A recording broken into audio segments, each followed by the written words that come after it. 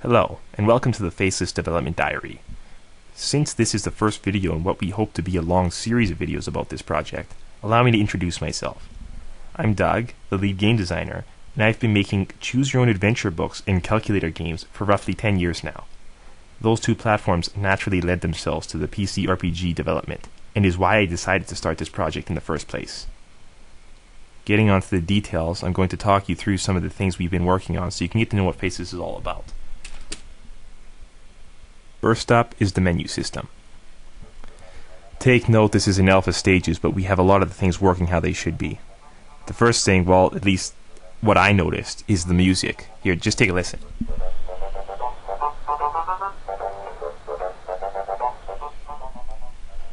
Personally, I'm really proud of what we have right now, and I think it really sets the mood for this menu.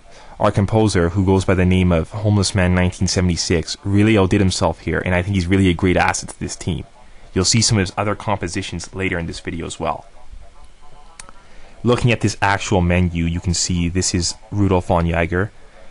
He's the protagonist in this game, and I'm going to, just to give you an idea about the scope of this game, I'm going to run you through some of these stats here. This first bar is the life force gauge. It determines basically health of the character. You can see that Rudolf von Jaeger is missing half of that. The next bar is the athletics gauge. This controls all movement actions in the game. And then there's the character skills. There's 6 of them, and I'm just going to go through them quick. First, there's Constitution. It determines how much life force you have and how much you regain at blood stations. There's Mental Focus. It dictates how well you react to dialogue actions in this game. Ducking, it plays a huge part in battles and allows you to dodge and conceal yourself. Persistence determines how resilient you are and gives a bonus on mental leeching effects. Accuracy determines how accurate all of your attacks are. Lastly, there's Science. I don't really want to explain all the details about Science, but let's just say it plays a pretty big role in this game. Now, there's a lot more other menus here. Some of them I've hidden, but let's just take a look at gizmos here. There's a small text glitch here. Our programmer's from El Salvador, and there's some translation issues that's actually supposed to say there are no gizmos. And this is where all your gizmos would go. One of the gizmos being the compass. In some maps, this would help you navigate through, so you can, let's say, you're in some sort of a labyrinth. You use this compass and you can determine which direction you're moving. There's the save menu. Let's take a look. As you can see, I already have a save, but I'm going to save again just to be safe. And one of the things you'll notice here, and this might come as a surprise, but we actually have multiple save slots. These all actually work. Now, one of the landmark features, in my opinion, of this game is the fact that we have this feature. How many games actually have multiple save slots? Don't you just hate when you play a game, and they say, there's only one save slot?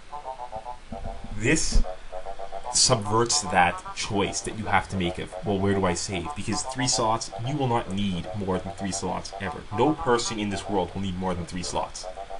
Personally, I think it's going to be the details like this that will make Faceless a great game.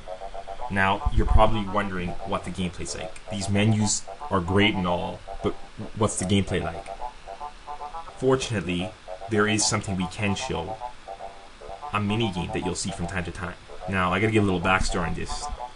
You can see right here, the currency in this game is ingots. This actually refers to gold ingots, and they're highly prized by everyone in this game world.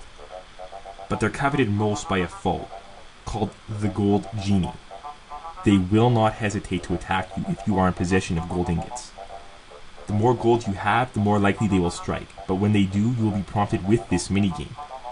If you beat the minigame, you retain your gold, but if you lose a percentage of that. Now, let's just show you this minigame. As you can see, there's the Gold Genie. Now, you're probably wondering, how do I hit him?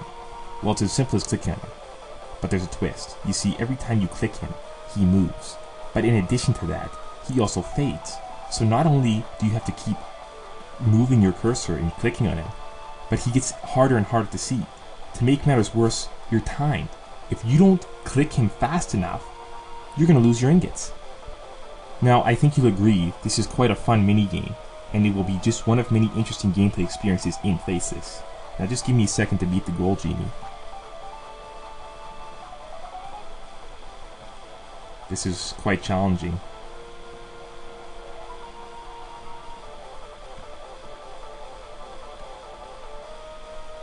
At this point I can't even see the gold genie, so I'm just going to click around randomly.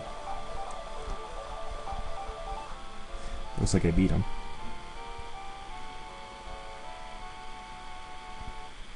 Now unfortunately that's all we have to show for now, but I look forward to user comments about our project and will gladly answer any and all questions you may have about the game. Thanks for watching our interactive development journal. We'll see you next week with more data on Faceless.